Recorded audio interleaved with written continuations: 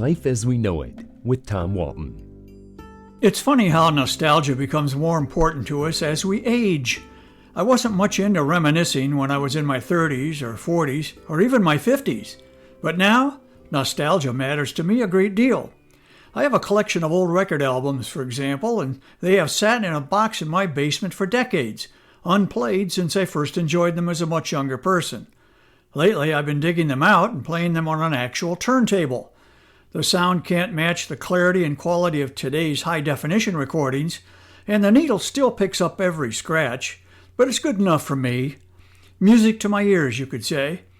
I like to rummage through the boxes in my basement because I always find a forgotten treasure, like old photographs, old newspapers chronicling major news events, or old magazines such as Life, Look, and the Saturday Evening Post. And for purposes of today's conversation, old recipes. Consolidating two boxes into one the other day, I came across a recipe I'd long ago forgotten about. Handwritten on an index card, it was a recipe of my mother's for a dish called Those Good Beans. A good recipe is meant to be shared, and in just a moment, I'm going to share it with you. So if you're home and not in your car, you can write the ingredients down as I read them if you want to. I remember my mom telling me she got the recipe from her mom. In turn, it was passed down to my late wife, who shared it with our daughter and son. Soon their children will be making those good beans, too. Got to keep that generational line moving. Hand-me-down recipes are part of most family heirlooms.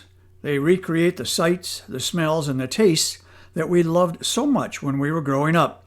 Most of the recipes in our family are already in the hands of the kids, but I kept a copy of Those Good Beans for myself because it's a link to my childhood. Are you ready for the ingredients? I'm going to slow down a little bit here so you can copy them if you like. You'll need 1 pound of ground beef, 1 package of onion soup mix, half a cup of water, 1 cup of ketchup, 2 tablespoons of mustard, 2 tablespoons of brown sugar, 2 teaspoons of vinegar, and 2 28-ounce cans of pork and beans. I assume a 28-ounce can is still the standard size for pork and beans. You know something? I really should check.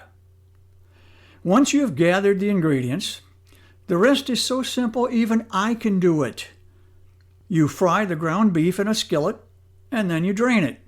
You add the onion soup mix, the water, the ketchup, the mustard, the brown sugar, the vinegar, and stir it all together. Finally, you add the beans. You mix it well with the other ingredients, cover the skillet and simmer for 30 minutes. Like most recipes, you can adjust the measures of the ingredients to suit your needs. Does 56 ounces of beans sound like too much? For 2 people, maybe it is. So just cut back accordingly. But I will guarantee you this, no matter how much you make of this recipe, you will have absolutely no trouble eating it all. Those good beans really are that good. Life as We Know It is written and hosted by Tom Walton and is a production of WGTE Public Media. Life as We Know It with Tom Walton can be heard on WGTE FM 91 every Monday afternoon during All Things Considered at 5:44 p.m. Or hear past episodes at wgte.org/life.